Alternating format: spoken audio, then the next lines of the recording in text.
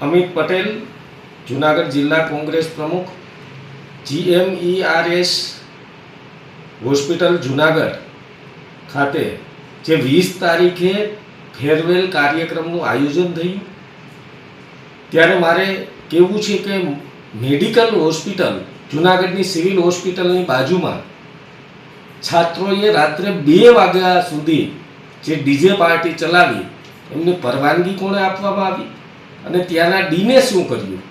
કારણ કે જે લોકો દર્દી છે એમને પરેશાન થવું પડે, ત્યાં હોસ્પિટલમાં જે દાખલ થયા છે એ દર્દીઓને આટલી મુશ્કેલી પડતી હોય ત્યારે હું ચોક્કસપણે માનું છું કે આવી રીતે પાર્ટીઓ અને ડીજે પાર્ટી કરી અને દર્દીઓને હેરાન કરવાનું કામ જે કોઈ તંત્ર દ્વારા કરવામાં આવ્યું હોય એમની સામે કાર્યવાહી થવી જોઈએ.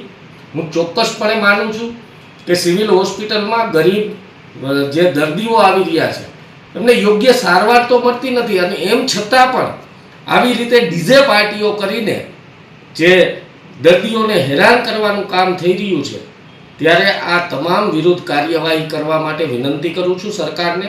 સરકારે આમાં ગંભીરતા લેવી જોઈએ. જૂનાગઢની સિવિલ હોસ્પિટલ એ નમૂનેદાર હોવી જોઈએ અને જૂનાગઢની સિવિલ હોસ્પિટલમાં દર્દીઓને યોગ્ય સારવાર મળે એ જ મારો ઉદ્દેશ છે.